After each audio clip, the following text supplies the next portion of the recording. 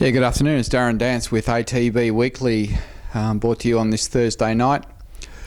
Covering off last week's results, we had a number of runners around the place, and we had two winners, with a first starter by Reset winning at Mildura refill over 1,000 metres with Dean Yendall on board.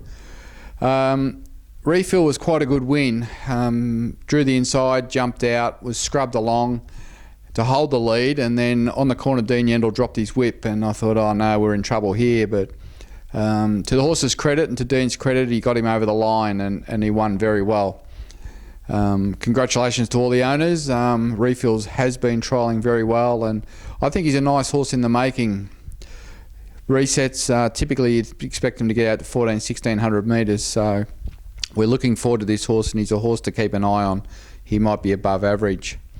Our other winner last week was right up in the top of WA, with Rock Jester making it 2 in a row at Kununurra on winning the ladies' bracelet. So well done to all those owners up in Kununurra. I'm sure they had a great weekend. Of the other runners, Queen Era first up was creditable, hitting the line hard late, and she'll be improved by that run.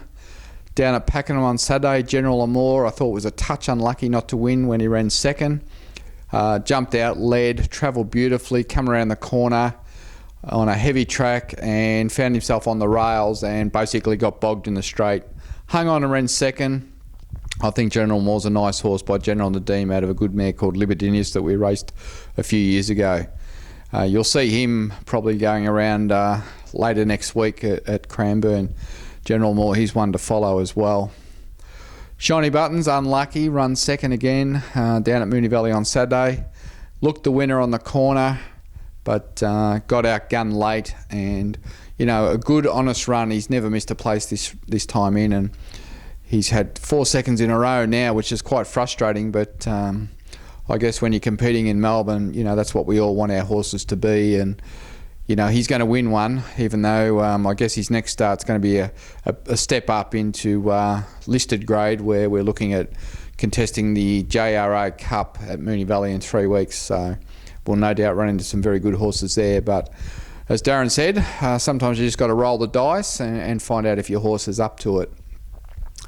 Of the others, Kaltara was in at Mildura, and she ran third. That run was a bit of an experiment. We put her up to 1,400 and changed tactics and rode her back and allowed her to hit the line with Michelle Payne on board. And she did a really good job. So we might have just found the secret to Kaltara. So it might take a couple of runs for it all to click, but hopefully that'll work out. Down at Warrnambool on Monday, we had Hectorius in. First starter, half brother to Uxorius. We know the horse is quite a good horse by Ballesprit. Found himself on a shifting track, travelled up beautifully to the corner, but as soon as the jock let the head go in the straight, he was just all over the place, and I think it would pay to forget he went round. Resolver in the last, a similar story, got back, struggled to run on under his big weight, and was just fair, so I wouldn't be putting any money on Resolver until he showed something going forward. Looking forward to this weekend. We've got quite a few runners coming up over the next 5 days. We start at Caulfield on Saturday, where we've got 3 runners. In the listed 1,100 metre race, race 5, we've got 2 runners engaged in Platelet and Rue Maple. Sometimes you've got these horses that are very similar, and they have to run in these similar race or the same race because there's just no alternatives. Being a listed race, being both mares, we are desperate to try and get more black type and improve their residual value. And both are quality mares and warrant starting in such a race. We'll start with Platelet. She's got 56 kilos. We've got Nick Hall engaged on her. She's drawn the outside in barrier 10. There's already one scratching the favourite, so she'll comes into 9. She's been off 4 or 5 weeks. Just had a little let up, and she's back on Saturday. She's been working well, and she's only missed a place once in her career, and she's a quality racehorse, and we're looking forward to seeing her go around in that race. Rue Maple, Michelle Payne, 54 kilos. She's drawn the inside on barrier 1, and she's a slow track type horse, and the way the weather is outside, I'm sure the track's going to be rain affected. It's always tough having 2 in the same race, but both mares are good mares. They've both won good money. They're honest and courageous, and it's hard to split them, but I think at this stage, Platelet with the gate might just be the better proposition. Room Oval's going to need a lot of luck from gate 1, and she'll have to be ridden for luck. So if she gets the split and she finds her A game, yeah, she can turn the tables. But I think both fillies will run well with a leaning to Platelet. In race 7, in the 1700 metre listed Heatherly Stakes, we've got Unusual Suspect, our Cups horse with Mick Kent, resuming with 59 kilos, barrier 6, with Peter Mertens on board. Unusual Suspect was an unlucky 9th in last year's Melbourne Cup, and he's only beaten 3.5 lengths. And then he went over to Dubai and he had no luck there. But look, Mick Kent said he's working well. He's very happy with the horse. He knows him a lot better this year. We've got him up and going early. He ran super here last year first up, and in the US he has got good form over 1600 metres. So even though he's $26, he is definitely a rough place chance. Wouldn't surprise to see him actually fluke a place. It's a tough race, but he's a good horse, and obviously he'll be better for the run, and he'll need a bit of luck in running. But Peter Mertens rides him all his track work. He's very happy with the horse, and he's given him a real good report. So we're looking forward to seeing him kick off first up and see what he can do as he starts to work towards the big races, the Caulfield Melbourne Cup later in the year. On Sunday we move to Ballarat, and I guess we're going to be in for a wet track there as well. We've got the Peter Moody trained Mum Biley in race 3 over 1600 metres, a maiden race with Luke Nolan engaged on barrier 9. And I guess when Peter Moody takes a horse to the provincials, you don't expect any flash odds. And I dare say Mum Biley will be short. She's had 3 starts. She's yet to win a race, but she's been very, very unlucky in all 3 of those starts, and she's really got a foot on the till. She's ready to break through, and I expect her to stay at favourite, and I expect her to be very, very hard to beat. On Monday we go to Stawell, 1300 metre maiden, race 3. A horse we bred called Edge of War by Racer's Edge.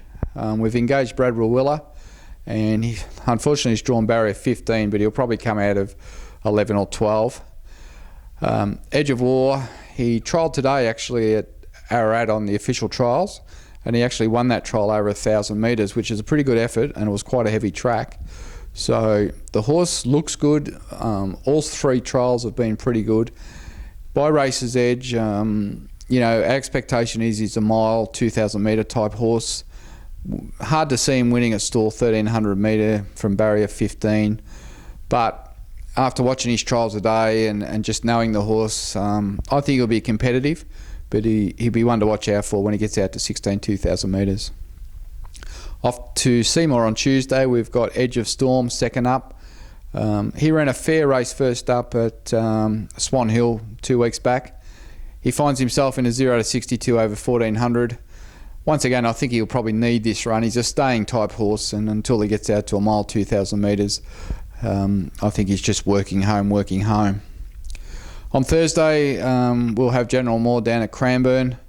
A little bit earlier to give you too much mail there because we're not sure of the tracks and the barriers.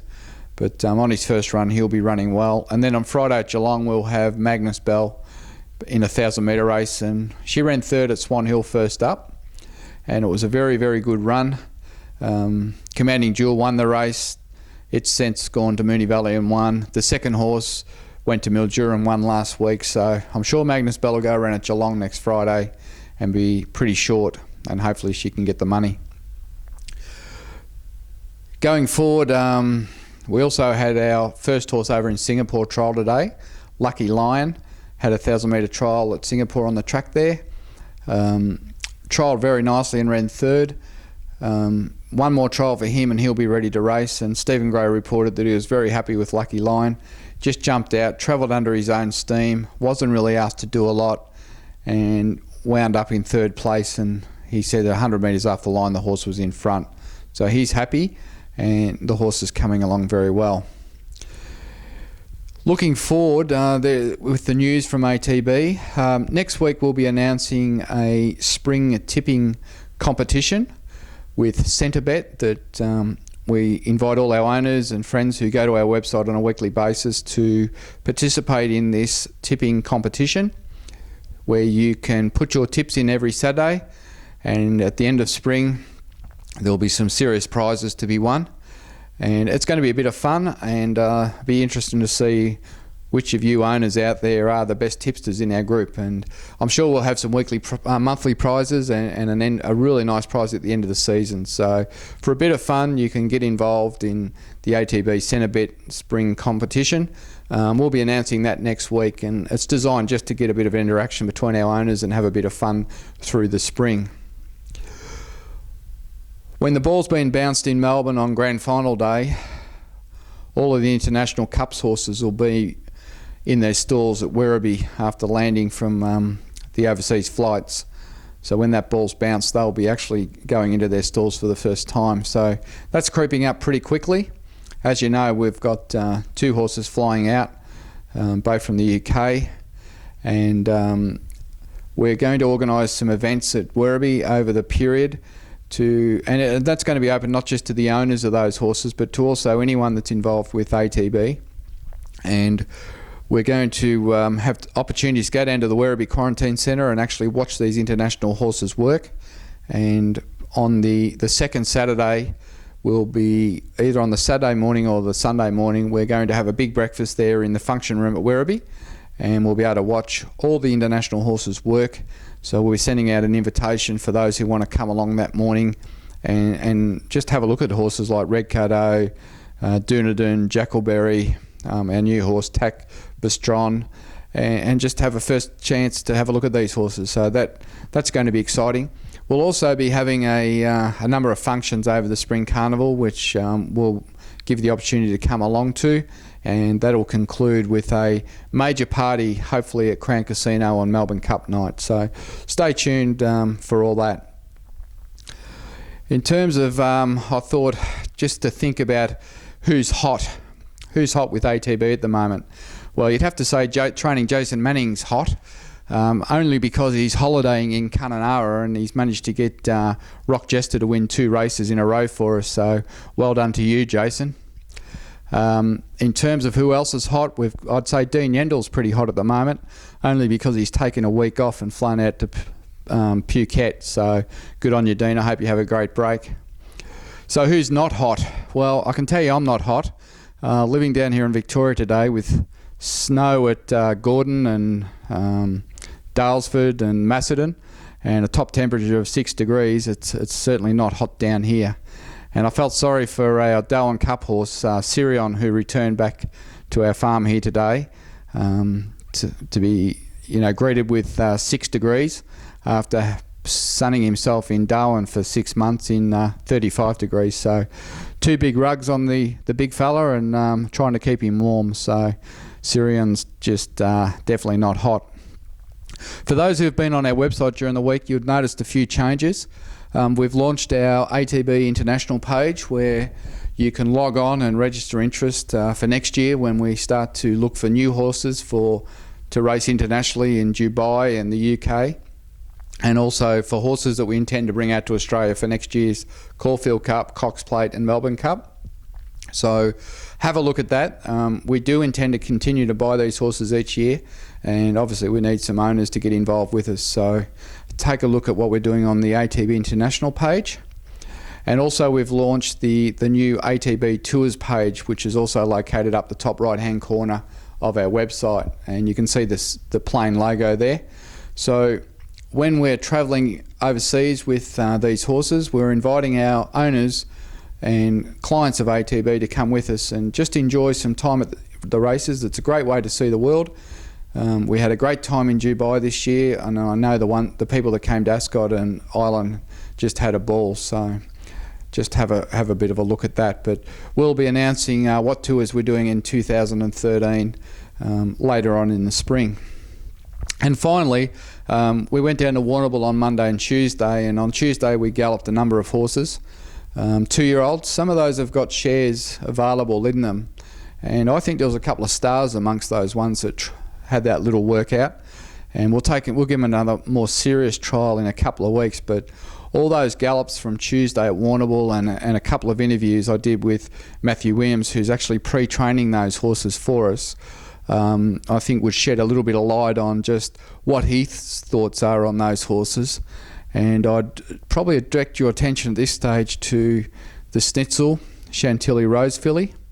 She looked very good in her workout, as did the Choisir Free Me, which we've only just got the one share left now. Lovely big colt, very similar to Uxorious.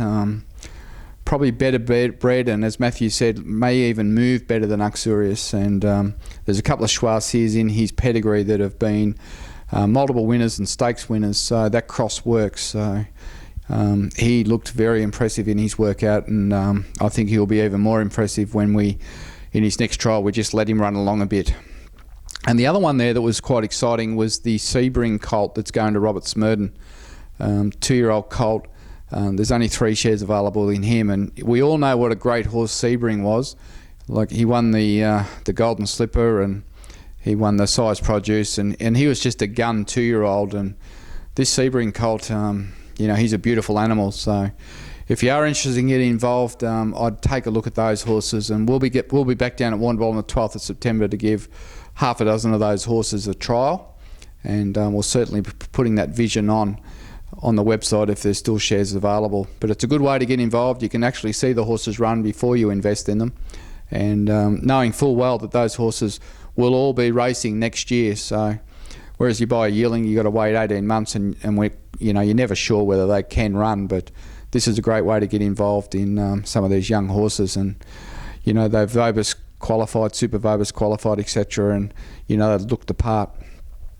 Anyway, that's I guess it for the end of this week. Of the horses that we've got racing this week, obviously I think Mumble is a tremendous chance at Ballarat on Sunday, and I think at Caulfield I'm expecting a big run from Unusual Suspect at $26, and I think Platelet at $7 must be some each way chance, even though I'm just a little bit worried that she hasn't raced for probably 6 weeks now, and just the last 50 metres might be a little bit of a worry. But those horses are all in good order, and we expect them all to run well.